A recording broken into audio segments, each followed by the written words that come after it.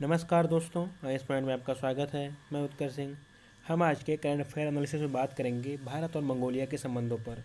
Mongolia पूर्वी Asia का एक स्थल अवरुद्ध देश है, मतलब चारों तरफ हुआ देश से घिरा हुआ है, उसके आसपास में समुद्र नहीं है। तो हम भारत और मंगोलिया के संबंधों पर बात करेंगे और बात करेंगे चर्चा में क्यों है। वीडियो शुरू करने से पहले सब्सक्राइब बटन को दबाकर चैनल को सब्सक्राइब कीजिए और वीडियो को पूरा देखिए, क्योंकि यह वीडियो बहुत ही अधिक इन्फॉर्मेशनल होने वाला है। अब चर्चा करते हैं कि चर्चा में क्यों है। हाल ही में भारत और मंगोलिया ने हाइड्रोकार्बन तथा इस्पात क्षेत्रों में द्विपक्षीय सहयोग की समीक्षा की है। हाल ही में मतलब कुछ दिनों पहले भारत और मंगोलिया ने हाइड्रोकार्बन मतलब पेट्रोलियम और प्राकृतिक गैस तथा इस्पात क्षेत्रों में लोहे के क्षेत्रों में द्विपक्षीय सहयोग की समीक्षा की है। अब चर्चा करते हैं इस समीक्षा के प्रमुख बिंदुओं की। भारत ने मंगोलिया के पहले तेल रिफाइनरी मंगोलियाई रिफाइनरी परियोजना को समय पर पूरा करने के लिए अपनी प्रतिबद्धता को व्यक्त किया है। मतलब भारत ने मंगोलिया की पहली तेल साफ करने वाली रिफाइनरी मंगोलियाई रिफाइनरी परियोजना को समय पर पूरा करने के लिए प्रतिबद्ध है। आपको ज्ञात होना चाहिए कि मंगोलिया की ग्रीनफील्ड मंगोल रिफाइनरी का निर्माण भारत सरकार की क्रेडिट लाइन के तहत किया जा रहा है। मंगोलिया की ग्रीनफील्ड मंगोल रिफाइनरी, जो मंगोलिया की पहली रिफाइनरी है, इसका निर्माण भारत सरकार की क्रेडिट लाइन के तहत किया जा रहा है। मतलब इसका निर्माण भारत सरकार अपनी सहायता से करवा रहा है। इस पहली रिफाइनरी से मंगोलिया के ईंधन आयात पर निर्भरता में कमी आएगी। जब यह पहली रिफाइनरी बन जाएगी मंगोलिया में, तो मंगोलिया जो तेल का गैसों का आयात विदेशों से करता है, उसकी निर्भरता कम हो जाएगी आयात पर। मतलब वह खुद का उत्पादन करके रिफाइन करके उसका इस्तेमाल कर सकता है ईंधन का। यह परियोजना ऐसे समय में शुरू हुई है जब मंगोलिया चीन के belt and road initiative BRI में सक्रिय रूप से हिस्सा ले रहा है।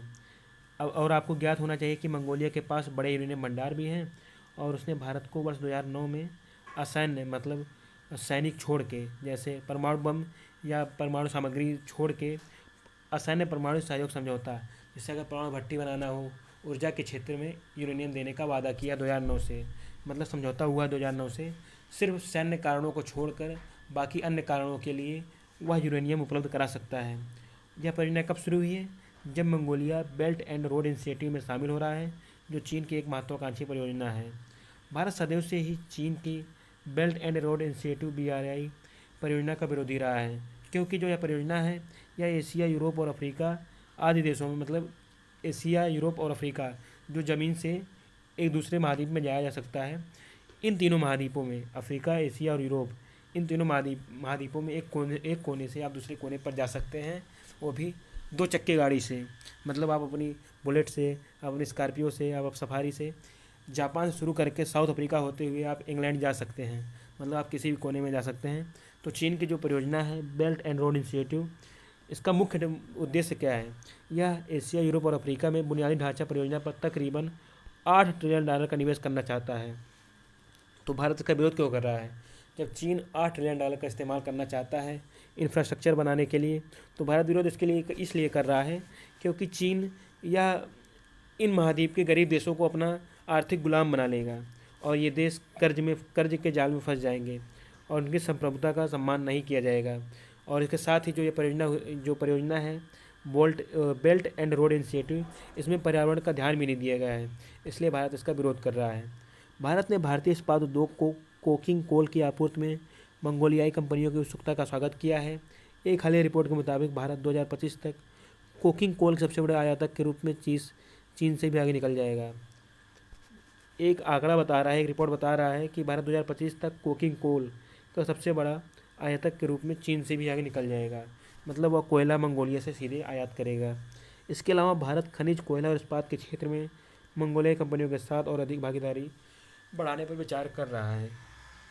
भारत ने मंगोलिया की विकासात्मक प्राथमिकताओं के अनुरूप क्षमता निर्माण सहित तेल एवं गैस क्षेत्र में अपनी विशेषज्ञता को साझा करने की इच्छा भी व्यक्त की है। अब बात करते हैं अब तक के भारत मंगोलिया के संबंधों पर। इसके ऐतिहासिक संबंध कैसे रहे हैं? भारत और मंगोलिया अपनी साझा बौद्ध विरासत के कारण आध्यात्मिक रूप से जुड़े हुए हैं। अधिकतर मंगोल लोग बौद्ध धर्म को मानने वाले हैं, मतलब उनकी बौद्ध धर्म में आस्था है। और बौद्ध धर्म कहाँ शुरू हुआ? भारत से। इसलिए भारत और मंगोल अपनी साझा बौद्ध विरासत के कारण आध्यात्मिक रूप से जुड़े हुए हैं। अब बात करते हैं राजनयिक संबंधों पर। भारत ने वर्ष 1955 में मंगोलिया के साथ राजनयिक संबंध स्थापित किए, क्योंकि मंगोलिया ने भारत को आध्यात्मिक पड़ोसी और रणनीतिक साझेदार घोषित किया था।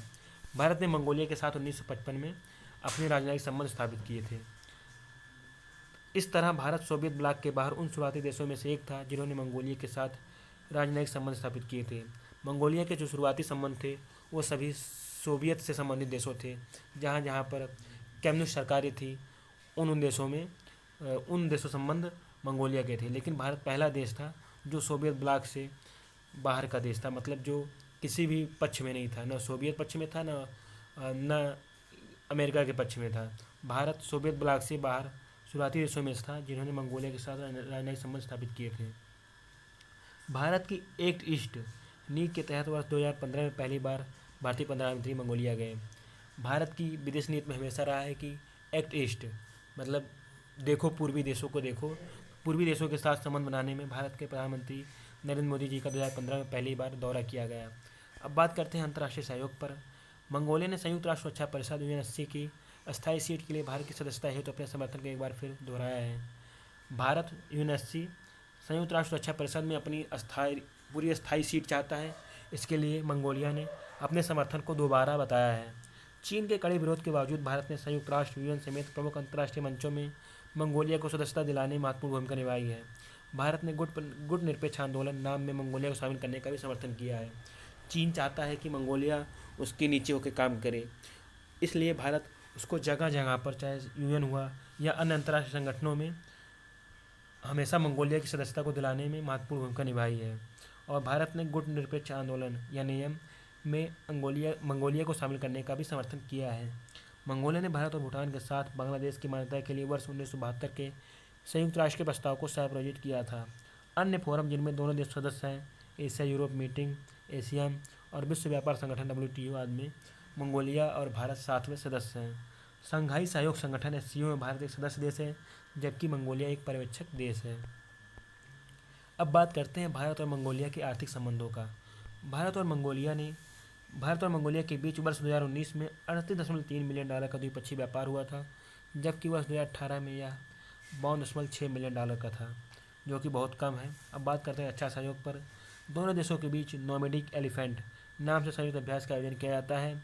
इस अभ्यास का मुख्य उद्देश्य आतंकवाद विरोधी और काउंटर टेररिज्म ऑपरेशन सैनिकों को प्रशिक्षित करना है। भारत और मंगोलिया के साथ में जो संयुक्त अभ्यास हुआ था उसका नाम था नोमैडिक एलिफेंट नाम से संयुक्त अभ्यास होता रहता है। और इस अभ्यास का मूल उद्देश्य आतंकवाद को कम करना है और काउंटर टेररिज्म ऑपरेशन हेतु सैनिकों को प्रशिक्षण देना है। मंगोलिया द्वारा आयोजित कॉन्क्वेस्ट नामक एक वार्षिक संयुक्त प्रशिक्षण अभ्यास में भारत भी सक्रिय रूप से हिस्सा लेता है।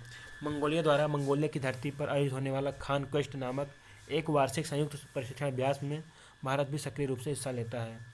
अब बात करते हैं भारत और मंगोलिया के पर्यावरणीय मुद्दों पर सहयोग। दोनों देश बिश्केक डिक्लेरेशन का हिस्सा हैं। दोनों देश बिश्केक डिक्लेरेशन के सदस्य हैं। अब बात करते हैं सांस्कृतिक संबंधों का। संस्कृति मंत्रालय भारत ने राष्ट्रीय पांडुलिपि मिशन NMM के तहत मंगोलियाई कंजूर के 108 संस्करणों को फिर से बनाने की परियोजना शुरू की है।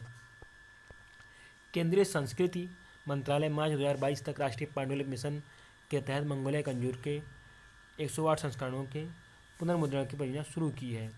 अब बात करते हैं सहयोग के अन्य क्षेत्रों पर। भारत अंतर्राष्ट्रीय सौर गठबंधन ISA और अन्य नवीकरणीय ऊर्जा परियोजनाओं के माध्यम से सौर ऊर्जा क्षेत्र में अग्रणी बनकर उभरा है। ऐसे में दोनों देशों द्वारा सौर ऊर्जा क्षेत्र में सहयोग किया जा सकता है।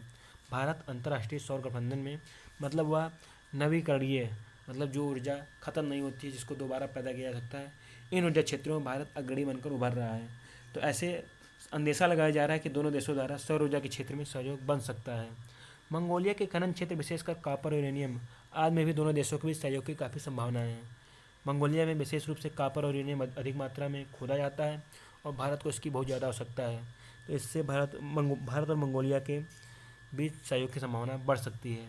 भारत मंगोलिया के असंगठित और व्यापक पैमाने पर बिखरे हुए किसानों एवं दूध विक्रेताओं के लिए सहकारी समितियों के क्षेत्र में अपनी विशेषता साझा कर सकता है। अब बात करते हैं फ्यूचर में आगे की राह पर। मध्य एशिया, पूर्वोत्तर एशिया, सुदूर पूर्वी चीन और रूस के क्रॉस जंक्शन पर स्थित मंगोलिया की रणनीतिक अवस्थित विश्व की प्रमुख शक्तियों को इसकी ओर आकर्षित करती है। भारत को भी करेगी। भारत मंगोलिया सांस्कृतिक साझी विरासत को संरक्षित करना और बढ़ावा देना जरूरी है, क्योंकि ये दोनों बौद्ध हैं। यह भविष्य में दोनों देशों के हितों को बढ़ावा देने में सहायक हो सकती है। अगर वीडियो से कुछ भी जानकारी मिली वीडियो को लाइक कीजिए, दोस्तों में शेयर कीजिए, चैनल सब्सक्राइब कीजिए। धन्यवाद।